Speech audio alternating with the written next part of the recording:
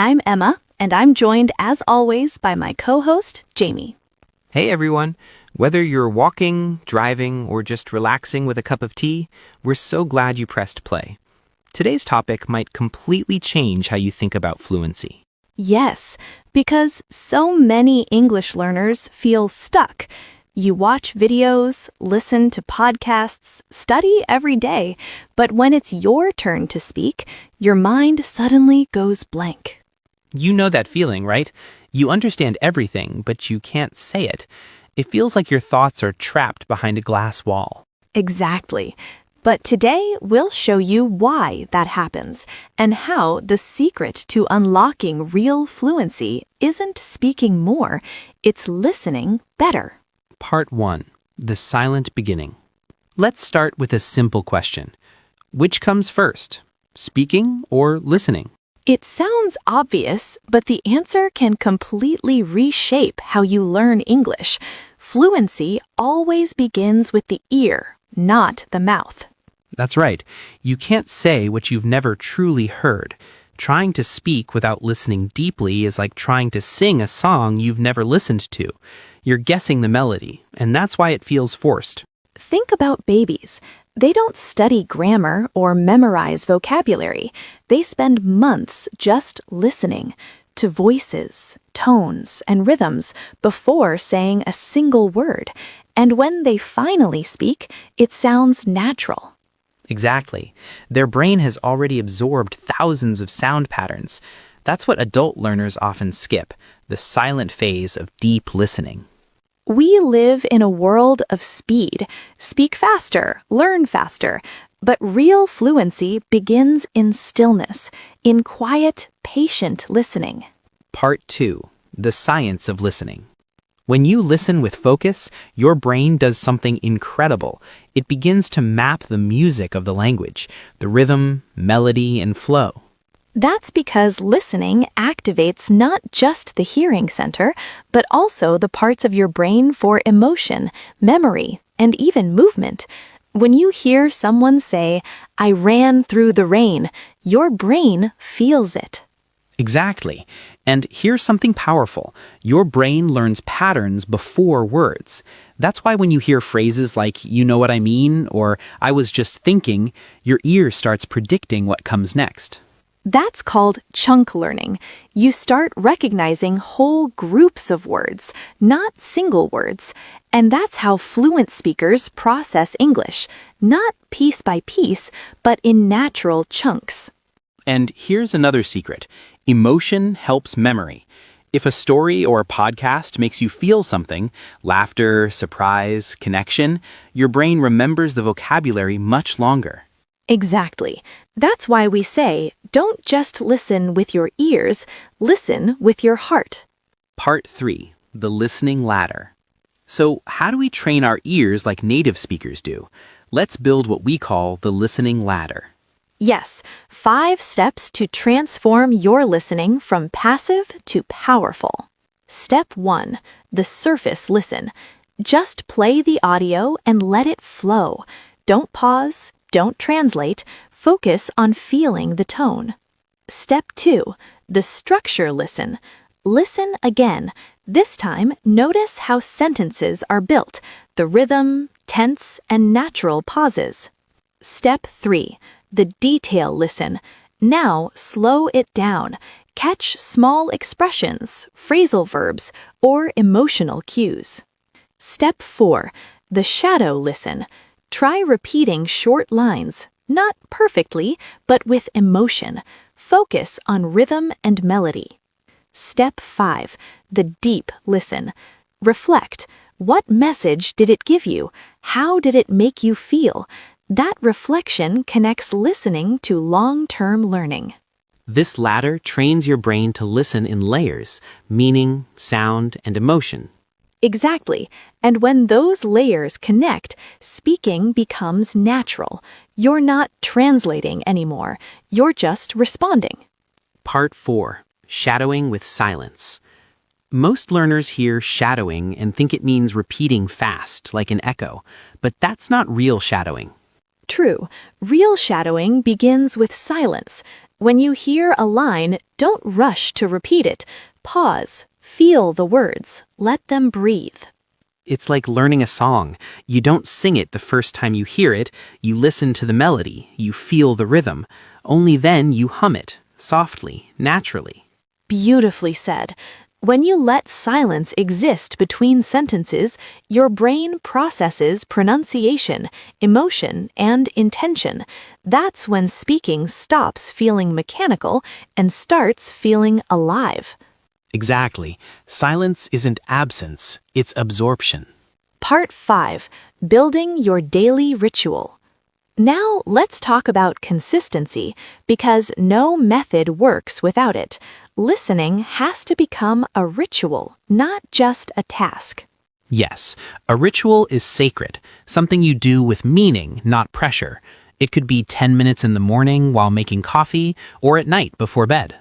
And don't just play English in the background while scrolling your phone. Be present. Let that time be just for you and your growth. Exactly. Listening rituals create rhythm, and rhythm creates fluency. Even short, consistent listening can change your brain over time. Your pronunciation, your tone, your flow, everything improves naturally. Part 6. Choosing what to listen to. Here's a common mistake. People listen to everything. Podcasts, movies, news, interviews, all at once. And then they burn out. Yes, that's what we call content overload. More doesn't mean better. Choose depth over variety. Pick 2 or 3 voices you genuinely love, maybe a podcast host, an audiobook narrator, or a YouTube teacher who feels authentic. Exactly. When you hear the same voices regularly, your brain relaxes. It starts predicting patterns and building confidence. It's like having a conversation with a familiar friend. It just flows. Then, once that comfort grows, you can expand. Explore new accents, new styles, different tones. Like training in a gym, first build strength with light weights, then challenge yourself with variety. Part 7. Expanding your world. Fluency isn't one accent or one style, it's flexibility. Exactly. So once you feel comfortable, listen across contexts. A comedy show to hear natural humor, an interview to learn conversation rhythm, a news clip to understand formal English, a movie scene for emotional storytelling. Each one trains a different skill: speed, tone, reaction, and vocabulary. And together, they make your English real-world ready. Part 8. The emotional side of listening. Here's something most teachers forget. Listening isn't just technical, it's emotional. Yes, when you listen deeply, you don't just learn words, you learn energy, the kindness in a voice, the confidence in a tone, the sincerity behind a pause. That emotional awareness makes your communication human. It helps you understand people beyond their words, and that's what true fluency really is. Exactly, because fluency isn't speed, it's connection. Part 9. A guided practice. All right, everyone, let's do a short guided listening practice together. If you're in a quiet space, take a deep breath, relax your shoulders, close your eyes if you like. Now listen carefully, not just to our words, but to how we sound. Feel the rhythm, the rise and fall of our voices, the small pauses between ideas. Fluency lives in these spaces, in rhythm, not in rush. Breathe in English. Don't chase it. Let it come to you. Beautiful. Even 1 minute of mindful listening like this every day can change how you hear and speak English. Part 10. Stories from listeners. We recently heard from Cora, one of our listeners in Spain. She said, "For months, I felt like I wasn't improving, but when I started listening intentionally, I noticed something. I could feel English. My pronunciation started changing without effort." Yes, and Mustafa from Egypt shared that he listened to short stories every morning for just 15 minutes. After 6 months, he said, "I finally stopped translating in my head."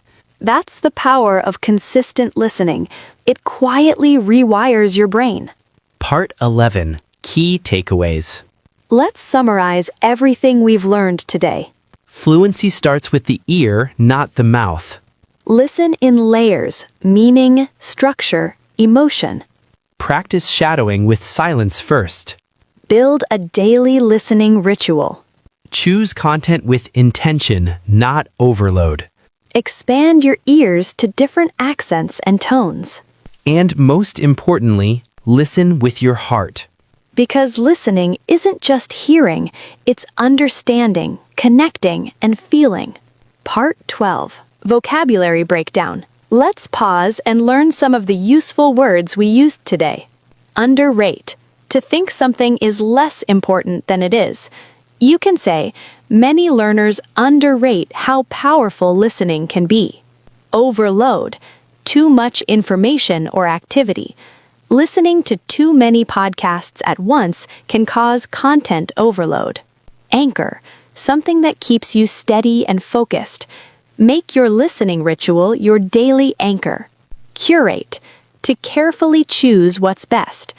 Curate your English content so your mind stays fresh. Absorb. To take in deeply. Let the language sink in. Absorb it, don't chase it. Ritual. A meaningful habit you protect. Listening can become a ritual that shapes your fluency. Repeat each word softly with me. Underrate, overload, anchor, curate, absorb, ritual. Part 13. The English Pro Space Challenge. All right, everyone, here's your weekly challenge. Choose one English voice you love, maybe a podcast, a YouTube host, or even this show, and make it your listening ritual for 7 days. Listen for 15 minutes daily. Don't take notes, don't pause, just listen and feel the rhythm. By the end of the week, you'll start noticing natural phrases appearing in your thoughts. That's your fluency awakening. Share your progress in the comments or tag us with hashtag EnglishProSpace.